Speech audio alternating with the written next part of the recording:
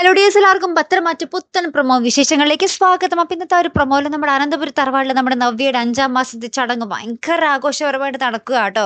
അപ്പം നമ്മുടെ ആദർശ് മേടിച്ചു കൊടുത്ത ഭയങ്കര വില പിടിച്ച സാരിയൊക്കെ എടുത്തിട്ടാട്ടോ നമ്മുടെ നവ്യ ആ ഒരു ചടങ്ങിൽ പങ്കെടുക്കാൻ വന്നിട്ടുള്ളത്. അപ്പം നമ്മുടെ എല്ലാവരും ഭയങ്കര സന്തോഷമാണ്.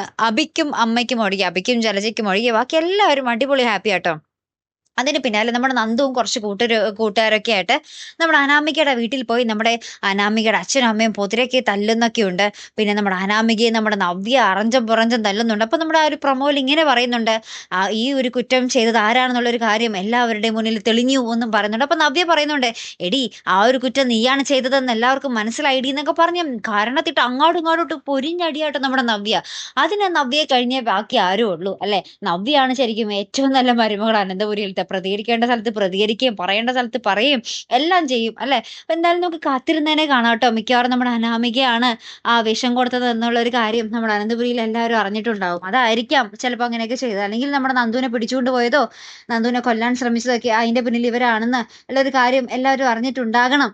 അപ്പൊ എന്താണെന്ന് നമുക്ക് ക്ലിയർ ആയിട്ട് അറിയണമെങ്കിൽ നമുക്ക് എപ്പിസോഡ് കണ്ടേ മതിയാവട്ടെ. അപ്പൊ എന്തായാലും നമുക്ക് കാത്തിരുന്നതിനെ കാണാം. അപ്പൊ ഇതുപോലുള്ള പ്രൊമോ റിവ്യൂസിനും എപ്പിസോഡ് റിവ്യൂസിനും ഒക്കെ നിങ്ങൾ മറക്കാതെ ചാനൽ സബ്സ്ക്രൈബ് ചെയ്യുക. അടുത്തൊരു വീഡിയോ വരുന്നത് വരയ്ക്കും ഗുഡ് ബൈ.